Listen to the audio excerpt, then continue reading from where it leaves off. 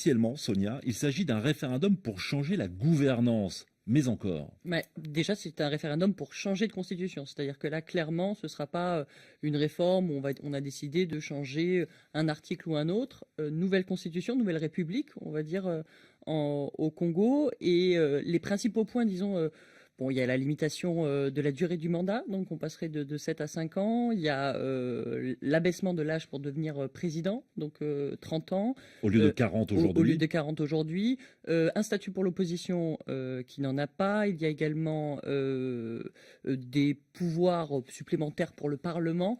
On évoque un régime semi-présidentiel, donc où les pouvoirs du président seraient limités. Ça a été présenté comme ça. C'est des conclusions qui sont sorties d'un dialogue qui s'est terminé à la mi-juillet à Dolésy, donc Dolésy en pleine forêt, ce qui avait d'ailleurs été critiqué par l'opposition qui estimait que le gouvernement cherchait ainsi à rendre prisonniers les participants pour arriver à une certaine conclusion. Mais ce dialogue a eu lieu, donc l'opposition n'y a pas participé.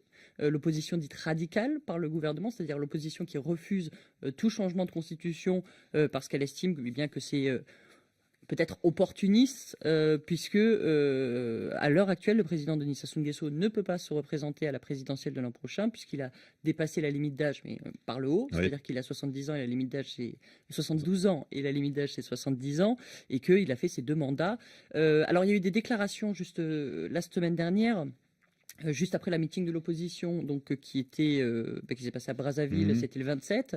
Le pouvoir a répondu le 29 en donnant une conférence de presse justement à Dolésy.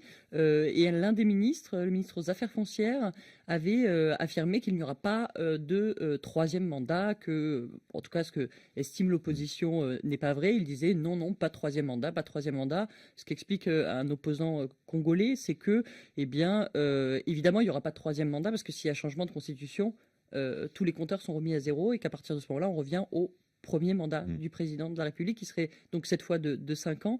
Mais c'est vraiment ce à quoi, pour l'instant, l'opposition essaie de faire barrage. Ouais, et le débat ne fait que commencer. On aura l'occasion évidemment d'y revenir sur notre antenne avec nos auditeurs. Vous avez été très nombreux la semaine dernière à commenter cette annonce du président Denis Sassou Nguesso, annonce du référendum constitutionnel.